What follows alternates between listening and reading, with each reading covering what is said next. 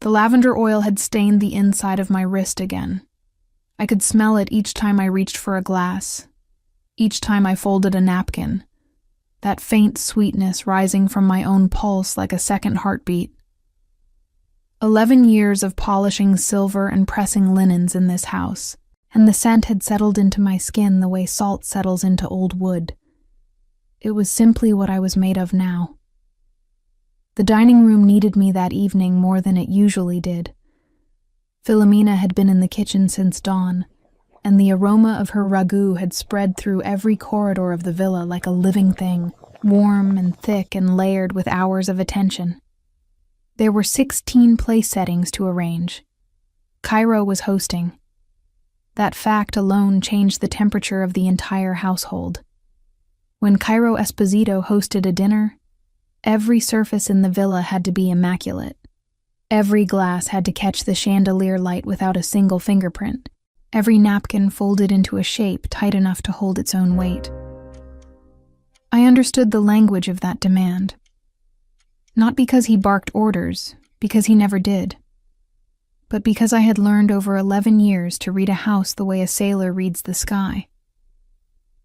A formal dinner with Donato Amalfi at the table meant tension tucked beneath good manners, and tension left marks if you knew where to look, an extra crease in a tablecloth. A wine glass moved half an inch from its proper place. Carmine walking the perimeter one more time than usual. I counted the chairs as I adjusted the silverware. 16 lives converging over Philomena's cooking and Ciro's hospitality, which was never simply hospitality but a form of governance. I smoothed a wrinkle from the white tablecloth and pressed my palm flat against the fabric, feeling the cool linen beneath my fingers. Steady. Everything in its place. Stella was already asleep in our room at the back of the villa. 8 years old, and still unable to fall asleep unless I left the hallway light on and the door open a crack. I had kissed her forehead an hour ago, felt the warmth of her skin, the lavender from my wrist transferring to her temple in a trace so faint only I would notice. My daughter. The one beautiful thing I had built inside these walls that was entirely my own. I stepped back and surveyed the room. The chandelier threw fractured light across the crystal decanters. The candelabras were lit, their flames barely moving. Burgundy curtains drawn. Oil paintings watching from gilt frames. It was a kind of stage, and I had dressed it with precision and care that no one in those 16 chairs would ever register. The work was the point, not the recognition. Philomena appeared in the doorway, wiping her hands on her apron. She nodded once, which in her vocabulary meant everything was where it should be. I began moving toward the kitchen corridor. The guests arrived between 8 and 8:30. I heard the iron gates open and close, engines in the courtyard, voices rising with the particular warmth men reserve for each other when business is dressed as friendship. Through the kitchen window I caught glimpses of dark suits and handshakes and the orange glow of courtyard lanterns reflecting on polished car hoods. I did not serve. The hired servers moved between kitchen and dining room in a choreography Philomena directed with small gestures and sharp whispers. My work was finished. I should have gone back to check on Stella, gone to bed, let the evening unfold without me. Instead, I stayed in the kitchen, wiping the marble island for the 3rd time, rearranging the glass jars on the shelf, listening to the muffled sounds of conversation and crystal from the other side of the wall. I agree. Simply divine. Something held me there, a feeling like the air pressure before a storm when you cannot see the clouds yet, but you can feel them in your teeth. The noise from the dining room changed at 10:20. The laughter stopped first, then a chair scraped hard against marble, then Philomena's voice, high and unfamiliar, calling for Carmine, then several voices at once, overlapping in a chaos that turned the elegant room into something raw. I moved before I decided to move.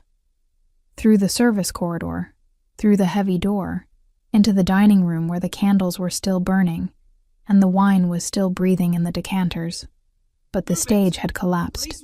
3 men were lifting Kiro from his chair. His head lolled back and his skin had gone the color of ash.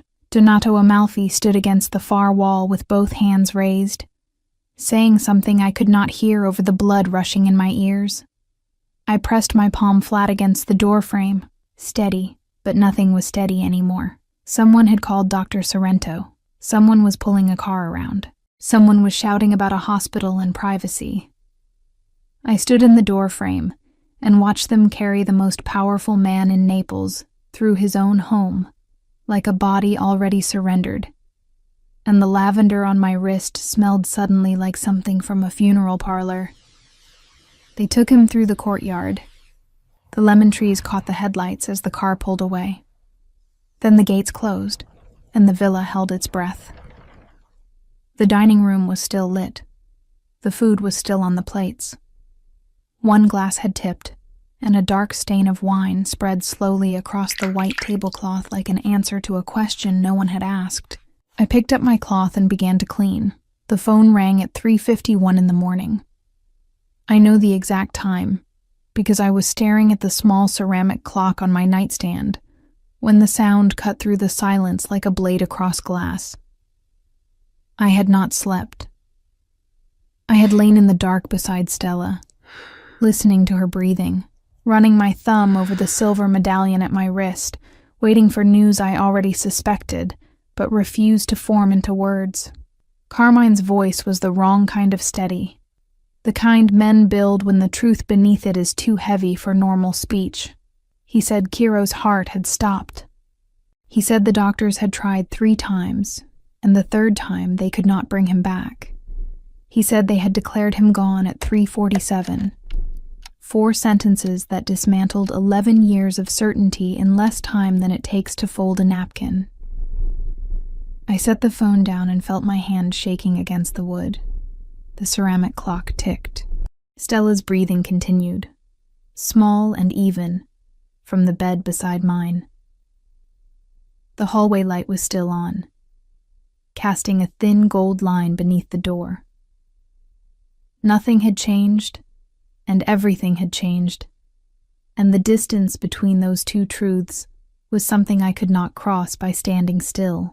I moved to the kitchen because my body knew what to do even when my mind did not. I filled the kettle, set it on the stove, watched the blue flame circle beneath the copper bottom. The motions were automatic, the muscle memory of 1,000 early mornings in this house. Boil the water. Find the cup. 1 spoonful. Stir. The tears came while the water heated. Not dramatically, not with sound.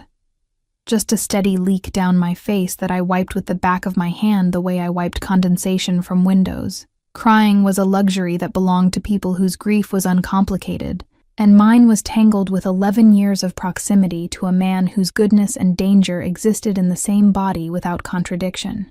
Stella appeared in the kitchen doorway in her cotton pajamas, barefoot on cold terracotta tiles. Her hair was tangled from sleep, and she held her stuffed rabbit by one ear. She looked at me with eyes that were too old for her face. She had a sense for it. Philomena called it warm hands. That old Neapolitan way of naming something you cannot explain. My daughter laid her palms on the sick and they recovered. The gardener Erasmo and his stroke. Philomena and her week of chest pain that vanished the night Stella curled beside her. Coincidence, I told myself. Mama, she said, is Signore Ciro sick? I shook my head. I wiped my face. I told her to go back to bed, that it was late, that everything would be discussed in the morning. She did not move. She stood with one bare foot on top of the other, the rabbit hanging, and she said the words that would rearrange the architecture of my entire life. I need to go to him, Mama. I can help. I told her no. I told her he was gone. Choosing the word with the care you use for a child who understands more than she should. She began to cry, not the crying of a child denied something. A different crying, deeper, almost desperate, as if something inside her was pulling toward him with a force she could not resist. She said, please. She said I can help. She said it over and over until the sound filled the kitchen and mixed with the whistling of the kettle, and I did not have the strength to fight two forces at once. I turned off the stove. I picked her up. She buried her wet face in my neck, and her arms locked around me with a grip that felt older than her years. The streets of Naples were empty at that hour. The kind of empty that makes a city feel like it belongs to ghosts, and to people carrying weight they should not have to carry alone. I drove with one hand on the wheel, the other on Stella's knee. The hospital was a private facility in the hills above the city. Carmine's men were at the entrance. They knew my face. They let me through without a word, and the corridor beyond was long and green and lit with the kind of fluorescent light that drains the life from everything it touches. The antiseptic smell was sharp and chemical, the opposite of lavender, the opposite of everything the villa smelled like, and it coated the back of my throat as I walked. The room was at the end of the hall. A nurse sat at the station, writing something in a chart. She looked up, looked at Stella in my arms, looked at me. I said I was from the Esposito household. She paused, then pointed toward the door. I pushed it open with my shoulder, because my arms were still around my daughter. It was dim. A single nightlight near the floor cast a cold blue glow across linoleum and white sheets. The monitors beside the bed were dark, screens turned off, purpose expired. The IV stand stood empty, and beneath a white sheet drawn to his chin lay Ciro Esposito. Still. Silent. The color gone from his face like pigment washed from a fresco by rain. Stella slid from my arms before I could hold her. She crossed the room, climbed onto the bed with focused determination, pulled the sheet from his face, lay down beside him, pressed her head against his chest, and held on. I stood in the doorway. My hand gripped the frame. The cold blue light made everything look submerged. My daughter lay against a dead man's chest, and held him the way she held me during thunderstorms. I could not move. I could not speak. Something in the way she held on told me that pulling her free would break something I did not have the right to break. So I stayed. I pressed my back against the wall and slid down until I sat on the cold linoleum. And I waited. Time moved differently in that room. There was no window, and the blue nightlight did not change. So the hours lost their edges and became a single long suspension, a held breath that demanded nothing from me except stillness. Stella did not speak. She did not pray, did not whisper. She simply held him. Once, near what I guessed was 5 a.m, she adjusted the sheet around his shoulders, tucking it in the way I tucked her blanket at bedtime. As if he were simply cold. As if he were simply sleeping. My legs had gone numb against the linoleum. The silver medallion pressed into my skin where I had been gripping it. I listened to the silence and found it was not entirely silent. The hospital breathed. Pipes hummed behind walls. A faint mechanical click came and went from the monitor cart beside the bed, the one no one had thought to unplug. I was calculating how to convince Stella to leave when the sound came. A single electronic tone. High, clean, startling in the quiet the way a match is startling in a dark room. I flinched. Stella did not move. Then another tone, and another. Evenly spaced. Rhythmic. The kind of rhythm I recognized from 11 years of hearing the villa's heartbeat, from knowing when a clock was gaining time, when a pipe was about to fail. This rhythm was not mechanical. It was organic. And it was coming from the monitor beside the bed. The screen had lit itself. A thin green line pulsed across the dark display, rising and falling in small peaks, steady, insistent, impossible. I was on my feet before I understood I had stood up. The nurse from the hallway station stood in the doorway with her mouth open, and for a moment we looked at each other across the threshold of something neither of us could name. She pushed past me. She pressed her fingers to his wrist. She stared at the monitor, then at Stella, then at me. She said, "Stay here." She ran. The next hour happened in fragments. Dr. Sorrento arrived with 2 colleagues. They crowded the room with equipment and urgency, and a disbelief so raw it showed in their hands, which shook as they attached leads and read vitals, and whispered in the clipped shorthand of men confronting the boundary of their training. His temperature was climbing. His pupils responded to light. His pulse, absent for over 2 hours, beat steady and strong as if it had never stopped. They wanted to remove Stella. She would not let go. I crossed the room and knelt beside the bed and put my hand on her back and felt the heat radiating from her small body through her pajamas, a warmth too large for her frame, too concentrated. I said her name. She turned her face toward me, eyes glassy and exhausted and fierce, and said, "Not yet, Mama." He is not finished waking up. I looked at Dr. Sorrento. He looked at the monitor. He let her stay. Kiro woke on the 5th day, in the late afternoon, when the corridor light had shifted enough to cast a stripe through the small door window and across the foot of his bed. I was there.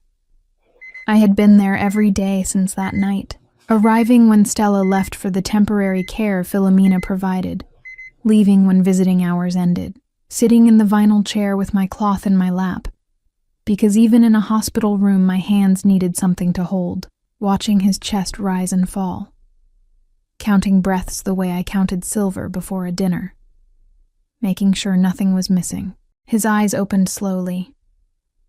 He stared at the ceiling as if it were the first page of a book he was learning to read. Then his gaze traveled across the room. He saw the IV, the monitor, the vinyl chair, me. He did not say my name. His eyes simply rested on me the way light rests on a surface it has traveled a great distance to reach. Then they moved to the wall beside the bed, and something cracked open behind the mask of confusion and exhaustion. The drawing. Stella had made it on the 2nd day. Bright crayon on white paper, tacked to the wall with tape. A large figure lying down. A small figure holding his hand. And beneath, in letters so uneven they looked like a small earthquake had passed through the alphabet. "Get well, Signore Kiro." He stared at the drawing. His jaw tightened. His hand, the large one with scars across the knuckles, and the gold ring the doctors had not removed, lifted slightly from the sheet and fell back, as if his body had not yet agreed to cooperate. I left to find the nurse. When I returned, his eyes were closed. But his hand had moved. It rested on the edge of the pillow, turned upward, open. Like someone offered something precious and still deciding whether he was strong enough to hold it. The men began arriving the next morning, Carmine first, then others whose names I knew from 11 years of pressing their suit jackets and polishing the buttons on their overcoats. Hard men. Men whose hands had done things that kept them awake the way Stella's warm hands kept others alive. They stood in the hallway outside his room and spoke in low voices and drank the terrible hospital coffee from paper cups. And when they looked at me as I passed with fresh linens I had brought from the villa, because hospital sheets were not good enough for him, something in their eyes had shifted. It was not gratitude exactly. It was closer to the way people look at the door of a church they have not entered in years but suddenly need. They knew. Everyone knew. What had happened in that room between a dead man and a child with warm hands had become the kind of truth that changes the air in a building long after the event itself has passed. 3 weeks after the night in the hospital, Ciro called me to his study. He had been home for 10 days, moving through the villa at half his usual speed, eating Philomena's cooking with the cautious appetite of a man relearning trust with his own body. The doctors visited daily. Carmine hovered at every doorway. The household staff moved around him with a tenderness none of them would have displayed before, And the silence that followed him from room to room was not the old silence of authority, but something newer, carrying the memory of loss, the way a cracked glass carries the memory of the impact. I knocked on the study door at 7 in the evening. The green-shaded lamp was the only light, throwing the room into amber warmth and deep shadow. The bookshelves climbed toward a ceiling I could not see. The crystal decanter on the silver tray scattered lamplight across the dark leather desk surface. The room smelled of old paper and lemon oil, and something that was simply him, a warmth I had been polishing around for 11 years without naming it. He sat behind the desk. The signet ring caught the light as his hand rested beside a small crystal tumbler of limoncello. His reading glasses lay folded on the green leather pad. He looked diminished and powerful at the same time, the way a cathedral looks after an earthquake, damaged but still built to withstand eternity. "Sit down, Celeste," he said. I sat. My thumb found the medallion at my wrist automatically, the way a rosary finds itself between practiced fingers. He told me what the doctors could not explain, that his heart had stopped 3 times, that 2 hours and 11 minutes had passed between the declaration and the moment the monitor registered a pulse. That Dr. Sorrento had written 4 words in the official report because 3 experienced physicians had no 5th. Then he was quiet. The green lamp hummed. "Your daughter brought me back from somewhere no doctor could reach," he said. The words came slowly, as if each one had to pass through something dense to reach the air. His voice, which I had heard command rooms full of dangerous men, carried a fracture I had never heard before. She stayed the entire night. She held on when there was nothing left to hold on to. I nodded. My throat was tight. I looked at his hands on the desk, the scars and veins and the heavy gold ring, and I thought about Stella's small fingers locked around his arm in that cold blue room, and how the distance between those 2 sets of hands contained the whole impossible truth. "She is not going to live in the back of this house anymore," he said. I opened my mouth to respond, to say we were fine, that gratitude and obligation were different things, and I could not tell where one ended and the other began. But he leaned forward, and the lamp illuminated the scar along his jaw, and his eyes held mine with a steadiness that made the room feel like it had no walls. "I am not offering, Celeste. I am asking. Let me take care of her the way she took care of me." The silence lasted longer than any silence should in a room with 2 people. I heard the clock on the bookshelf. I heard my own pulse. I heard, somewhere beyond the curtains, the fountain running the way it always ran, indifferent to the revolutions happening inside these walls. I said yes, not because I owed him, not because saying no was not something people did in his presence. I said yes because my daughter had walked into a room where death had settled and refused to accept it, and the man across from me had woken up and seen her drawing before he saw anything else. And those 2 facts formed an equation I did not have the right to deny. Stella moved into the main wing the following week, a room beside his, at the end of the corridor, where wrought iron sconces cast warm light on marble and oil paintings of someone else's ancestors watched from gilt frames. The bed was larger than both of ours combined. The wardrobe had carved details older than my grandmother. Fresh white lilies on the nightstand, replaced every 3 days without being asked. Stella placed her crayon drawings on the wall above her new desk, tacking them up with tape, and the bright colors against the ancient plaster looked like a declaration of something the room had never known. I moved too. Not into the main wing, not yet, but into a second-floor room that was larger and warmer and closer to Stella, with an arched window that looked over the garden and the lemon trees and the pale ochre wall I had been cleaning from the outside for 11 years, and now watched from within. The first morning I woke there, the light came through the sheer curtains in a way that made the room glow gold, and I lay still for a long time, listening to the fountain below, feeling the quality of the linen against my arms, trying to understand what had changed. I was no longer in the service wing. I was no longer a resident of the edges of this house. But I was not sure what I was instead. The furniture was finer. The linen was softer. The distance to Stella was shorter. But the distance between who I had been and who this new arrangement was turning me into felt like crossing a river whose other bank I could not see. Every night, Stella knocked on his door before bed. I could hear it from my room, the small fist against heavy wood, and her voice, clear and simple. "Are you all right, Signore Ciro?" And every night, through the wall, the same answer. "I am now, Stella." 2 years passed.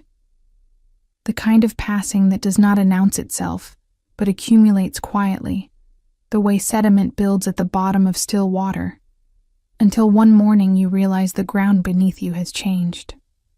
Stella was 10. She attended the finest school in Naples, driven each morning by Carmine, returning each afternoon with books and paint on her fingers, and stories she told at dinner with the breathless authority of someone who had discovered the world was larger than a villa and its garden. Ciro listened to every word. He leaned forward with his reading glasses pushed up on his forehead, and his limoncello untouched, and his attention fully given, which was the most valuable thing a man like him possessed. I had stopped wearing the apron, not all at once. One morning, I simply reached for it and my hand paused, and I realized I had not put it on the day before either. Philomena noticed.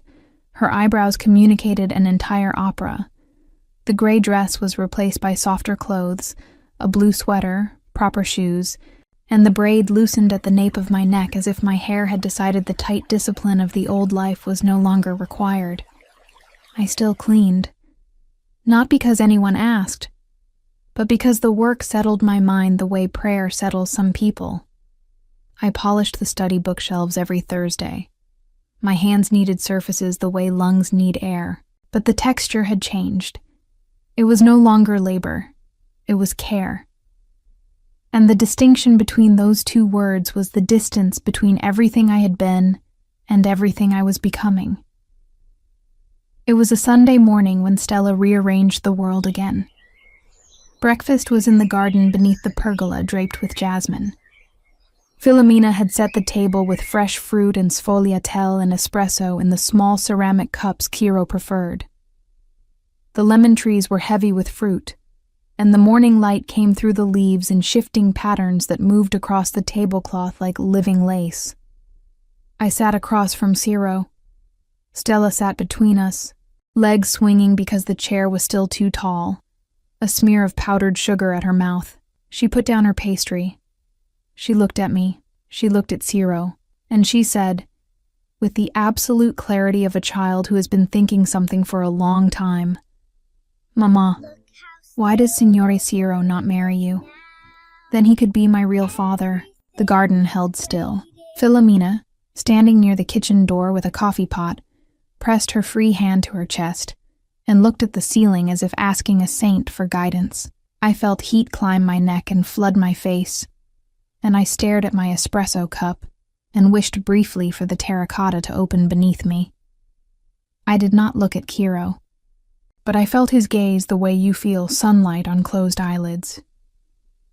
He did not laugh. He did not deflect. The silence he allowed after Stella's words was the loudest thing I had ever heard in 11 years inside those walls. No one spoke of it. The breakfast finished. Stella ran to the garden. Philomena cleared the table and said nothing, which was the most alarming thing she had ever done. I retreated to the corridor and polished the same console table for 40 minutes, but something had shifted. A door that had been closed was now open a crack, and the light coming through it changed the shape of every room. The small moments began, or perhaps they had always been there, and Stella had given me permission to see them. Cairo in the kitchen after midnight, finding me making chamomile tea. Glad we stayed in. He would lean against the counter, and we would talk about Stella, It's peaceful. about the garden, about nothing at all. The conversations were short and ordinary, and I lived inside them the way a traveler lives inside the warmth of a fire at the end of a long walk. He began to appear in the garden when Stella was at school. I would be sitting on the stone bench reading, or trimming dead jasmine leaves with the small scissors I kept in my apron pocket out of habit, even though I no longer wore the apron. And he would come down the gravel path with his reading glasses in his hand, and his signet ring catching the morning light, and he would sit beside me, not close enough to touch, close enough to share the scent of the lemon trees. We would sit in a silence that felt more like a conversation than most conversations I had ever had. 4 months after that breakfast, I was in his study at midnight, organizing the books he had pulled from shelves and scattered across every surface the way a man scatters evidence of his own restlessness. The banker's lamp was on, casting its circle of amber warmth, and the crystal decanter on the silver tray was missing its stopper. I heard the door open behind me. I turned, a leather-bound volume still in my hand. "I apologize," I said. "I was just finishing." He stood in the doorway with lamplight behind him, his shadow stretching across the floor, and said, "You do not need to apologize for being anywhere in this house, Celeste. I am the housekeeper, Kiro." The word felt wrong in my mouth for the first time, like a dress I had outgrown. He stepped into the room. The banker's lamp lit one side of his face. He said, "You are the mother of the person who gave me back my life. And you are the woman I see behind my eyelids every night before sleep," for longer than I had the courage to say. I did not answer. I set the book down beside the folded reading glasses and the untouched limoncello, and I walked past him through the doorway. But I did not lower my eyes. That was the first night in 11 years that I held his gaze, and neither of us looked away. He asked me on a Tuesday evening in the garden, beneath the pergola, with the jasmine in full bloom, and the last light turning the villa walls the color of warm honey. There was no ring box, no rehearsed speech. He took my hand, turned it over, and pressed his thumb to the small scar on my left thumb. The old kitchen burn, the one mark on my body that belonged to this house from before he ever saw me as anything other than the woman who kept his world in order. He said, "Stay." Not as the woman who cleans my home, as the woman who makes it one. I looked at his hand around mine, his scarred knuckles, the heavy gold ring, the veins that mapped his years, and my hand inside his, smaller, rougher in different places, the silver bracelet catching the last light, 2 hands that had lived in the same house for over a decade, and were only now learning each other. I said yes again. This time it was not an agreement. It was a homecoming. The wedding was on a Saturday afternoon in the garden, the same jasmine, the same lemon trees, the same stone bench where we had sat in parallel silences that turned out to be the longest conversation of our lives. Philomena cooked for 3 days. Carmine wore a suit I had never seen, and stood at the gate with the expression of a man defending something sacred. The priest blessed us beneath the pergola, and the scent of jasmine mixed with incense, until I could not separate the holy from the beautiful. Stella carried the rings on a cushion she had decorated herself. She walked with the serious concentration of someone who understood this was the most important task she had ever been given. When the priest asked if anyone had something to declare, her hand went up. "I knew since that breakfast," she announced. Everyone laughed, and the sound rose into the lemon trees like something that had been waiting years to be released. Kiro's eyes filled. He turned his face toward the fountain, and I saw his jaw work the way it works when he is containing something larger than his body can hold. He had told me once, in a midnight kitchen conversation, that he had cried twice in his adult life. Once when he woke and saw the drawing, now this. He adopted Stella the following month. At the registrar's office, she signed the document with careful penmanship she had practiced all week. Then she looked up at him and said the words she had been holding back out of a courtesy so precise it broke my heart. "Can I call you Papa now?" He knelt.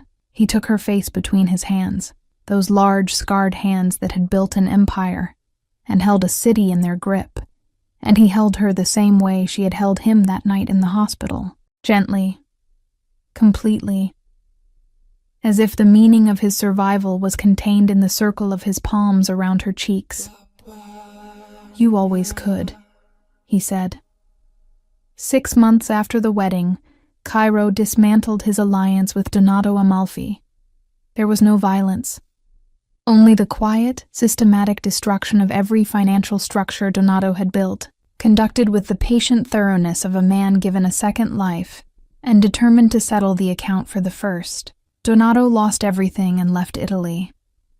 I never asked for the details. Some rooms in this house I still chose not to enter, and that was a boundary we both understood. I took my place at the head of the table, the opposite end from Cairo, where the candlelight reached us both, and Stella sat between us, belonging to us equally. No one questioned it, not Philomena, who served me now with the same loving authority directed at a different chair, not Carmine, who held the door as if he had been waiting 11 years to do so. 10 years passed. Stella studied biology, then medicine, drawn to the science of the body, the way someone is drawn to understanding a language they have always spoken instinctively. She went to Rome for university. She called every Sunday. She came home for holidays. And every time she walked through the front door, before she kissed me, before she set down her bag, she went to the study door and knocked. "Are you all right, Papa?" And every time, from behind the door, came the same voice, older now, carrying the weight and warmth of a man who had learned that power means nothing if there is no one waiting on the other side of the door. I am now, Stella. I stood in the corridor and listened to those words pass through the wood, and I pressed my palm flat against the wall the way I had pressed it against 1,000 surfaces in this house. The stone was warm. The villa breathed. Somewhere in the kitchen, Philomena was heating oil for dinner, and the smell of garlic and basil rose through the corridors like the memory of every meal we had shared. Some people believe that love is a fire that starts with a spark, but I have learned that the truest love builds the way sediment builds.